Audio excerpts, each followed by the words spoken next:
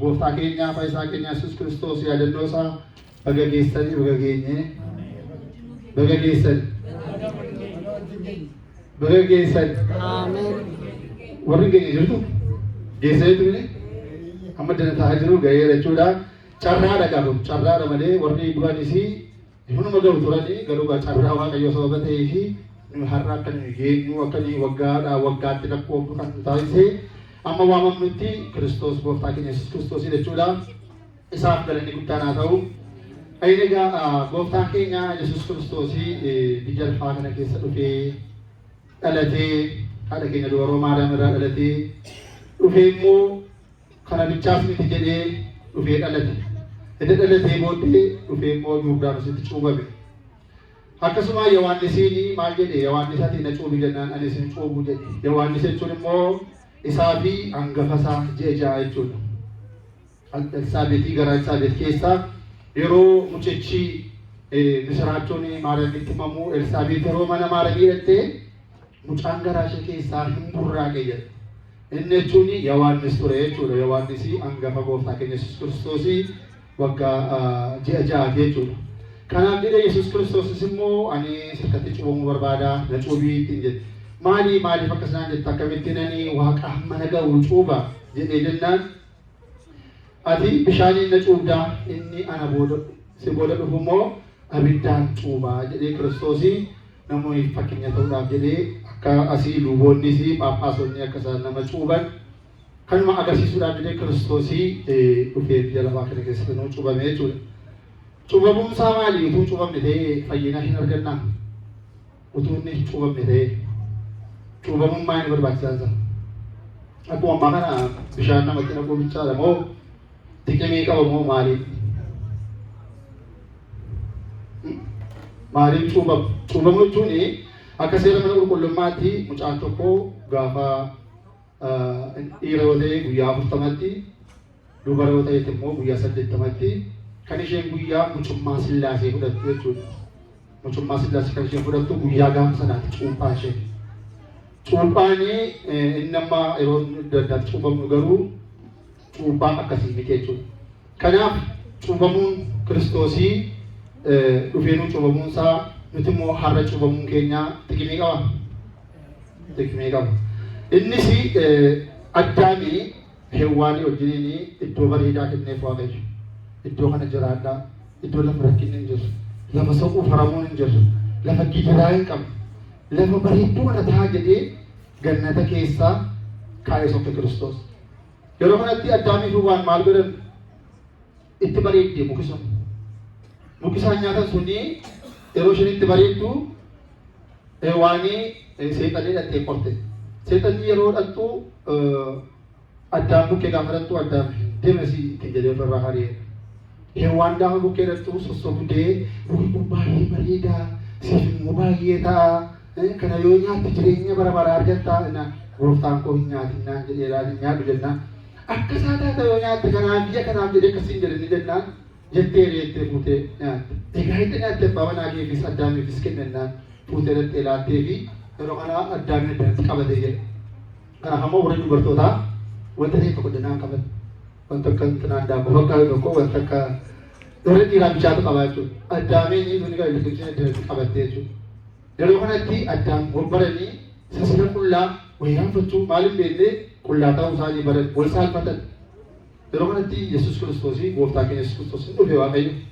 Waaqayyo yeroo inni itti dhufu Addaam jedhu hin dhokatan eenyu waamu jedhanii. Addaam gaafa jedhu dhokatan jedha wangeela keessa. Yeroo kanatti abeet gooftaa koo jennaan eessa jirtu jennaan. Anoo gooftaa koo qullaa koo ta'een si saalfadheen iddoo kanan jira qullaa koo ta'e jennaan. Maali gootan jennaan isa nyaatin jette sana nyaanne noo eenyutu isinii kennennaan Heewwaantu naa kenne Heewwaan amamoo jennaan jennaan Heewwaan eessa jirtu jennaan anoo qullaa koo ta'e gooftaa koo si saalfadhee noo iddoo kanan jira jette maali gootan jennaan isa nyaatinaa jette sana nyaanne isa eenyu isinii kenna jennaan seexana itti isheen mikiraata isaanii ilaalaa jira seexanaa itti inni Heewwaan lamaan isaanii eenyu kasasaa jiru wal kasasaa jiru jechuudha. Yeroo sanaa kaasee dubbiin kisiinii arrabsoo walitti daakuni kan isheen uumamte jechuudha. eenyu kasii godha abaluudha isheen abaluudha isa isin jedhan kun muuziqaa seetee jechuudha.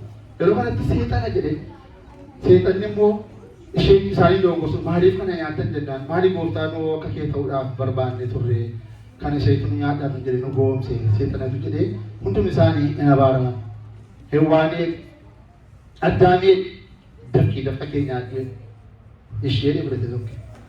Hewaanee ati immoo dhiigi kee waggaatti dhangala'uudhaan jireenya jettee gooftaa godha akkuma jette siif ta'u godhe. Seexanaan immoo kan si bitameef bitan abbooman. Kanaaf namoonni mataa kee keessa rukutanii si ajjeesanii ati immoo yoo koomee isaanii ciniinte hin baaftuutti jedhee isheedhaaf isa boofan jedhaa jechuudha boofaafis. Boofii amma yoo koomee nama ciniinte baay'ee marsii ishee galeedha jechuudha. Namni immoo gaafa dha'u mataa dhoofnaan bakka hin ajjeefte jechuudha. Kanaaf sadan isaanii abaaramanii iddoo isaanii gadhiisan jechuudha. Seexanni maqaan ishee jijjiiramee daabiloos yookaan immoo daabiloos taatee Addaamii fi Hewaanii egaa eddachi ari'ee booda dafqa keessa nyaadhaa dadhee booda maal jedhi waggaa 5,555 booda dhala keerraa dhalatee si fayyisa jedhee waadaa galee fi dhalatee deeggarta gaafa gannaa jechuudha.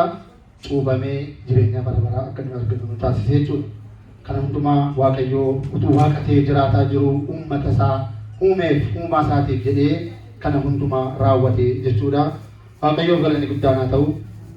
Iyyan egaa guyyaadharraa guyyaa cuuphaa guyyaa guddaadha. Utuun immoo haalli majataa keessa jira ta'ee guyyaadhuma isaatti taabota baafnee keessis daakunis baay'ifannee deemna ta'ee namatti tola. Egaa carroomne maal goonu akkuma kan warra biyyaa bichaa xuruutti ilaallee kanuma isaaniillee xuruutti waa hojjennee yoo keenya gaariidha. Egaa ammuma yerootti yookaan immoo Waaqayyo jedhee jennaan hin beekamu egaa waan Waaqayyo godhu falafaluu hin danda'a. Sababa ta'eef hundumti keenya jabaachuun nu barbaachisaa. Jechuudhaan ragaa akkuma beekamu akka biyyaatti Kataraa isa jedhamu sanaadha.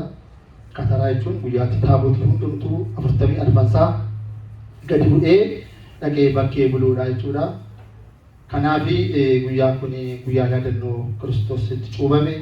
Kan inni itti cuubamuu danda'eef immoo dabdaabbee kenniteef seexanni egaa wanta irraanfadhe Addaamii fi Hewaanii fi dabdaabbee xalaalaatteef xalaa farrabsiifatte waadanaa galaatti isin har'aa kaastanii garba gooteetti. Ijoolleen garba gootan garba kee jedhanii nu farramette hin farramaniif xalaa kana farramaniif Addaamii fi Hewaan nuyi garba seexanaati jedhanii farraman. Garuu kanatti xalaa tokko dhiiga isaatii irraa dhiqee xalaa tokko immoo Yordaanos naqee barbadeessee jedha. Yeroo kanatti hafuurri qulqulluun Yordaanos irraa gadi bu'ee samaayii keessaa Yesuus Kiristoos yeroo sana itti cumee booda ol ba'ee jedha. Wangeelli jechuudha. Kanaaf Waaqayyo hunduma keenyaa wajjin haa ta'u.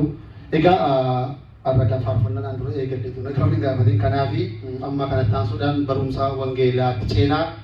Barumsa wangeelaa booda akkuma beekamu gabaasaa